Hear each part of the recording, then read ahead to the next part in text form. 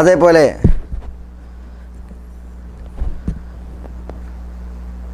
ഭീരുത്വം, ഇതൊന്നും ലാ ഇലാഹ ഇല്ലല്ലാഹ് പ്രഖ്യാപിക്കുന്നതിൽ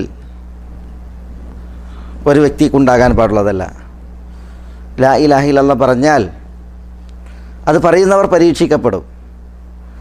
പ്രസ്തുത പരീക്ഷണങ്ങൾ മൂത്താൽ ഒരാൾ ലാ ഇലാഹ ഇല്ലല്ലാഹ് എന്നുള്ളത് വ്യാജമാക്കാൻ പാടുള്ളതല്ല. അതിലവൻ സത്യസന്ധമായ നിലപാടായിരിക്കണം സ്വീകരിക്കേണ്ടത്. അല്ലാഹു സുബ്ഹാനഹു വ തആല പറഞ്ഞു, അലിഫ് ലാം മീം അഹസിബന്നാസു അൻ യുത്രകു അൻ യഖൂലു ആമന്നാ വഹും ലാ യുഫ്തനൂൻ വലഖദ് ഫതന്നല്ലദീന മിൻ ഖബ്ലിഹിം ഫലയഅലമന്നല്ലാഹു അല്ലദീന സദഖൂ വലയഅലമന്നൽ കാദിബീൻ. തങ്ങൾ വിശ്വാസികളായിരിക്കുന്നു എന്ന് പറഞ്ഞതിൽ ജനങ്ങൾ വിട്ടേക്കപ്പെടുമെന്ന് അവർ വിചാരിക്കുകയാണോ? അവർ പരീക്ഷിക്കപ്പെടാതെ വലഖദ് ഫതന്നല്ലദീന മിൻ ഖബ്ലിഹിം, പൂർവികരെ നാം പരീക്ഷിച്ചിട്ടുണ്ട്.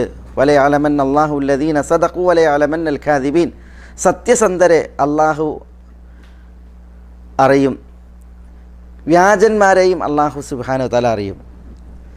അതറിയുന്നതിന് വേണ്ടി അള്ളാഹു സുബ്ഹാനഹു വ തആല വിശ്വാസികളെ പരീക്ഷിക്കും.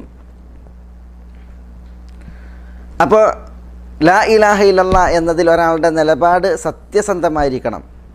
സത്യസന്ധമാണ് എങ്കിൽ പരീക്ഷണത്തിൽ അയാൾ ഒരിക്കലും ലാ ഇലാഹ ഇല്ലല്ലാഹയെ കളവാക്കൂല. ലാ ഇലാഹ ഇല്ലല്ലാഹയുടെ ആശയത്തെയും കളവാക്കൂല. ലാ ഇലാഹ ഇല്ലല്ലാഹ് എന്ത് തേടുന്നു അതും കളവാക്കുകയില്ല.